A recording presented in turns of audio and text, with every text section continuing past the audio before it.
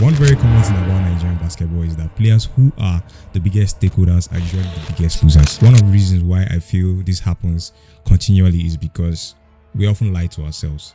And by we, I mean older or senior players who have gone through the process and seen the truth about the basketball system in Nigeria don't tell, their followers or people behind them exactly how it is and what it is. Everybody's looking for who will fill that spot of their center or their point guard or their shooting guard who has traveled abroad.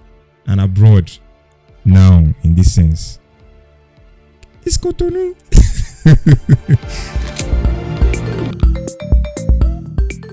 Hi, my name is OJ and this is The Bounce, your number one podcast for everything basketball in Nigeria and across Africa.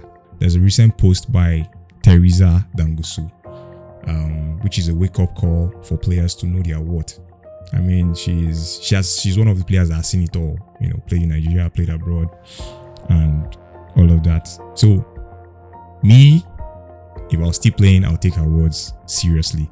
And I hope that players that are still playing, girls, even guys, because what she said applies to even guys as well. Now, quickly, I'm going to read out her post for you. The battle behind the court. Nigeria female hoopers in high demand by Theresa Dangosu. As the new season of Zenith Bank Women's Basketball League draw near, the spotlight isn't just on the court, it's shining fiercely behind scenes.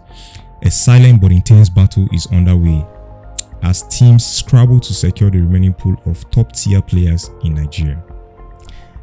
For people like me that don't understand English plenty, what she's saying basically is players are scarce.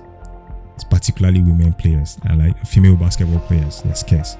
Over the past years, the league has continued to witness great talent. Some of the nation's finest seem to always take flight, earning scholarship to play college basketball in the United States or signing professional contracts overseas. What's left every year is a vacuum that teams become desperate to fill, sparking a rush for the few outstanding local players still available, which is true. The pool of players that have gone abroad is plenty, and everybody's looking for who will fill that spot of their center or their point guard or their shooting guard who has traveled abroad. And abroad now, in this sense, it's Cotonou. Yes, Cotonou. If you check the pool of players, of Nigerian players in Cotonou right now, you'll be amazed, And I heard recently that because of Nigerians that are coming into Benin Republic, they have, made a rule to restrict the number of foreign players, because some teams were basically made of Nigerians totally, and then they were taking shines away from their home-based players. So yes, abroad can be Cotonou, Togo, Cameroon, Kenya, yes, and the United States as well. So currently, coaches and team managers are going all out, offering big paychecks and persuasive promises in a bid to outbid each other before the players. This isn't just a payday, it's a pivotal moment for them, only if they recognize it. Very, very, very, very important. Now, when the best players, there's a saying that when the birds are not around, the butterfly becomes the bird.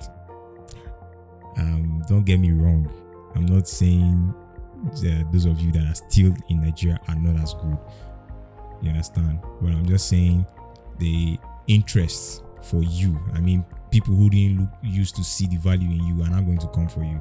People who would normally cut you off a team will do everything they can to have you on their team. So indirectly, your worth has increased. That's for those that are still left in Nigeria and still willing to play in Nigeria. This is where it gets really interesting, and this is where you should pay more attention. Now, more than ever, Nigerian female basketball players must recognize their value. This is the time to choose wisely. Not just the teams that pay most, but the ones that sees through their worth. But the ones that truly sees their worth on and off the court. A coach or a club that supports their growth, prioritizes their welfare, respects their hustle in both winning seasons and tough times.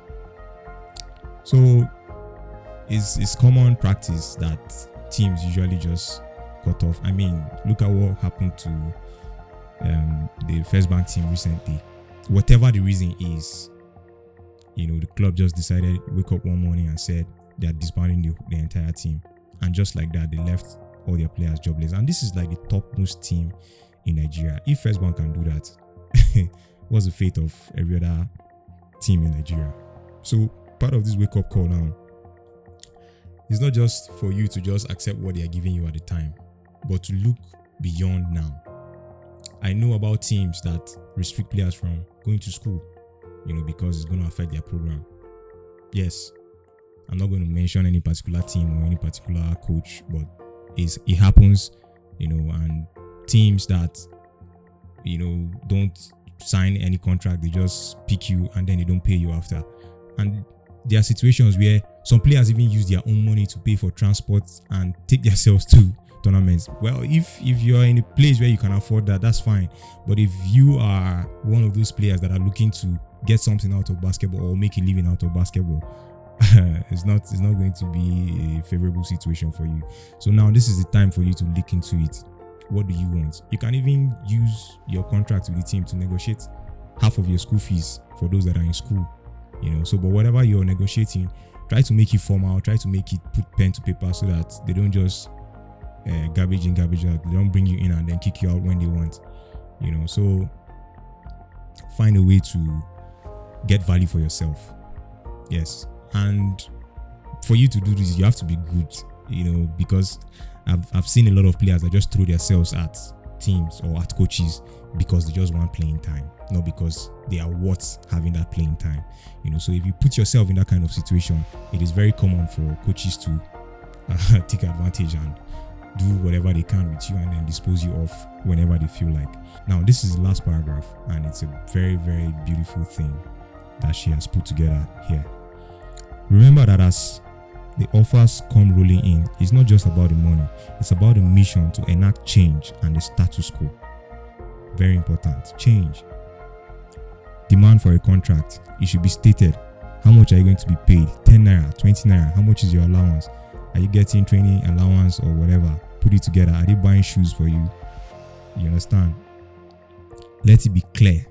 If it is possible, get a third party, maybe a lawyer or somebody that will stand in as witness, so that they don't take you in and then take you out anytime they want. Players must ensure the contracts they sign protect their interests, outline clear benefits, and secure their long-term well-being.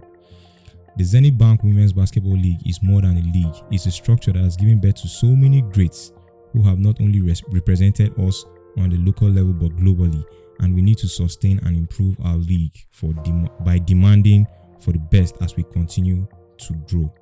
The chase is on. The question now is, will the players make the smart play? That's the question she ended her write-up with. Will the players make the smart play? Will you make the smart play? Are you going to just accept a call from any coach and then just jump on the team without asking what is actually in for you? Are you going to leave school because one coach somewhere said you cannot play on his team if you're not available, and then you leave your CAs and leave your lecturers and go out to play? Is it worth it? Is a question for you to answer. How much are they paying you if you're traveling from here to Lagos? Are you going by road or by flight?